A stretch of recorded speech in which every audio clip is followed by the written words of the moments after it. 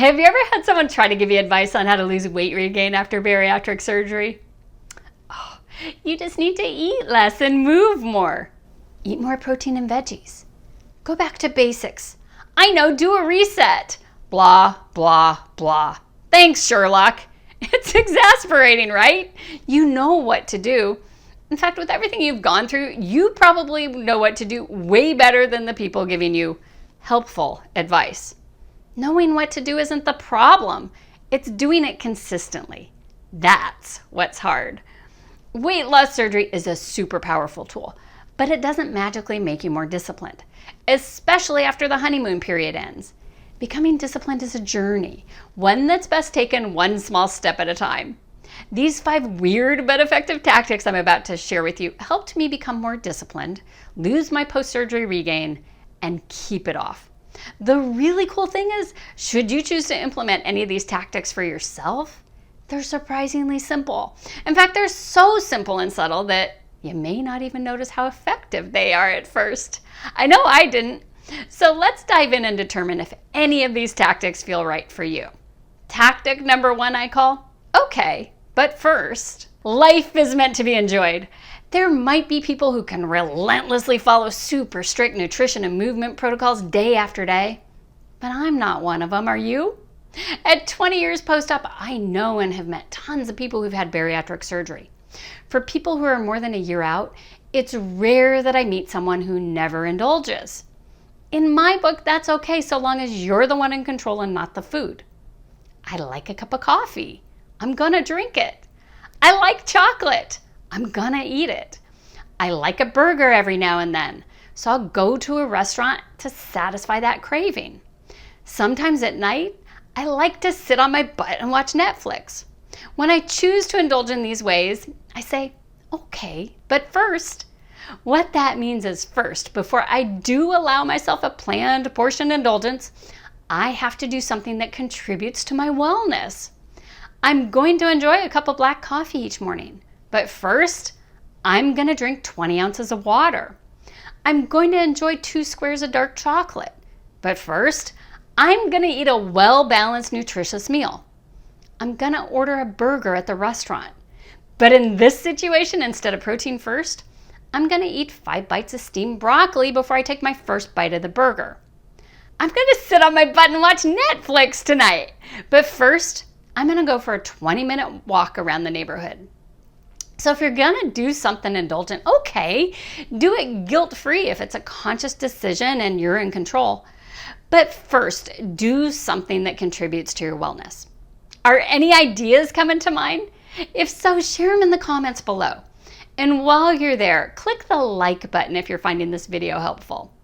The second weird but effective tactic to help enhance discipline is creating a healthy rivalry. Do you ever have a hard time sticking to your commitments?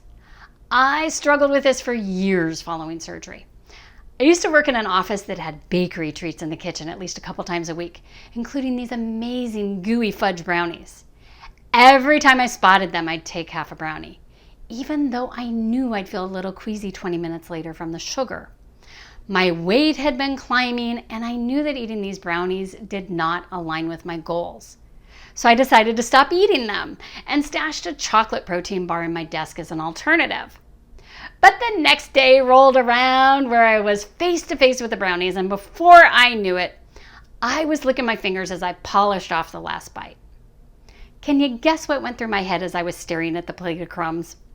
Do you think I simply said, "Oh well, c'est la vie, life happens"?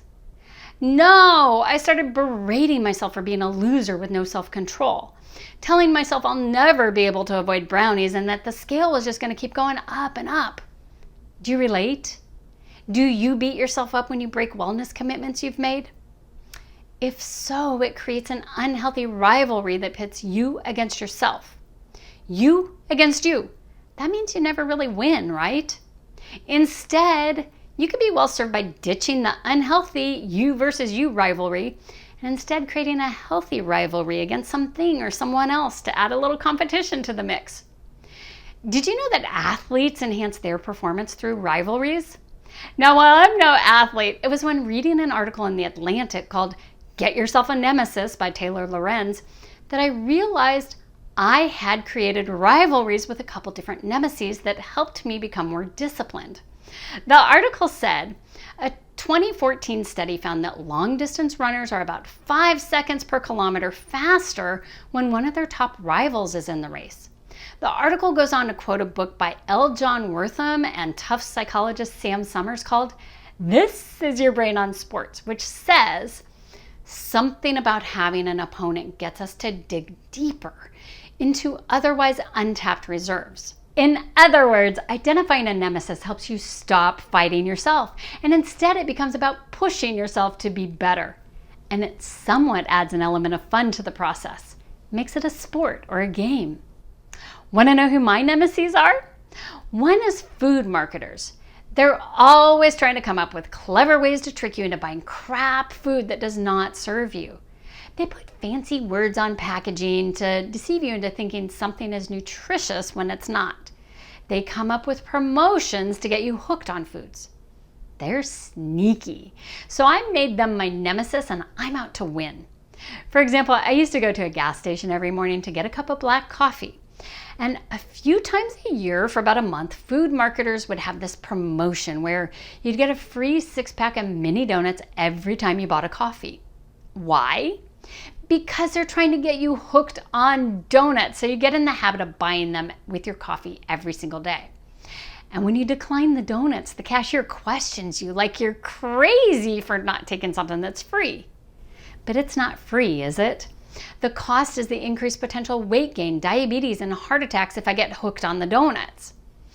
I used to fall for the free donut trick. I was able to turn that around when I made the big bad food marketers my nemesis. Every time I decline the donuts, I win. It motivates me and helps me build discipline. I haven't fallen for the free food marketing trick in 5 years. My other nemesis is food pushers, the people that tempt you with foods that don't align with your goals. Unfortunately, some of them do it intentionally, trying to sabotage your efforts. Others do it unknowingly because, well, they use food as a way to express love. When I made food pushers my rival, it became a lot easier to politely yet firmly turn them down. As a result, I became more and more disciplined. So if this tactic resonates with you, who or what might you create a healthy rivalry with? Share in the comments below. Tactic number 3 is eliminating seconds. Second chances are not always a good thing. That's especially true when it comes to the food on your plate. Have you ever been at a restaurant where the server didn't clear your plate right away when you were done, and a few minutes later you would find yourself taking another nibble or two? Somewhere along the line after surgery, I got into the habit of not clearing my leftovers right away so that 15 or 20 minutes later, I could have just one more bite. My rationale was that since I didn't eat much, it was okay. Do you ever do that?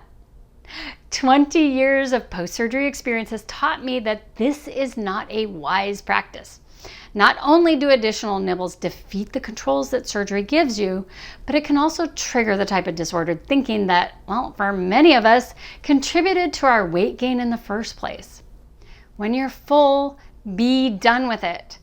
And the way to really be done with it is to eliminate second chances. You can douse the remains on your plate in so much salt, pepper, or hot sauce that it becomes inedible. You can run water over it. Dump that morning's coffee grinds over it. You can dump it down the disposal. You can put it in a container right away and store it in the fridge or freezer where it's not edible without at least going through the effort of reheating it. An extra bite or two may not seem like a big deal, but let me tell you, all the little bites add up. So eliminate those second chances. Tactic number 4 is locking away temptation. Speaking of extra nibbles, do you ever have trouble stopping after one bite or one serving? I remember before I got surgery, I thought this is going to be great. I'll have built-in portion control with my new tummy so I won't be able to overeat. The thing is, my pouch is a great tool, but for anyone like me who has a history of disordered eating, the brain and the body don't always align. Do you know what I mean? Like, how many times do you have 1 or 2 bites too many that make you sick and you keep wondering, why do I do this to myself? Sometimes it's because you eat too quickly, so the fullness feeling doesn't register with your brain fast enough. But other times, while thank goodness your restricted tummy size prevents you from eating as much as you did before surgery, there are times that you eat that few bites too many because, well, you just can't stop yourself even when you know what the repercussions will be. Or maybe there's a food addict lurking inside your brain that's figured out workarounds, like what I call the all-day graze craze. Back before I got a handle on things, I knew I'd be super sick if I ate an entire chocolate bar in one sitting. So I bought little bite-sized chocolates that I could graze on all day without getting sick. I know that's messed up, right? This disordered eating sometimes drives us to do interesting things. If you can't keep those foods that you take one bite too many of out of the house entirely, or if doing so triggers you to obsess about the food, there are time-locked devices that can help.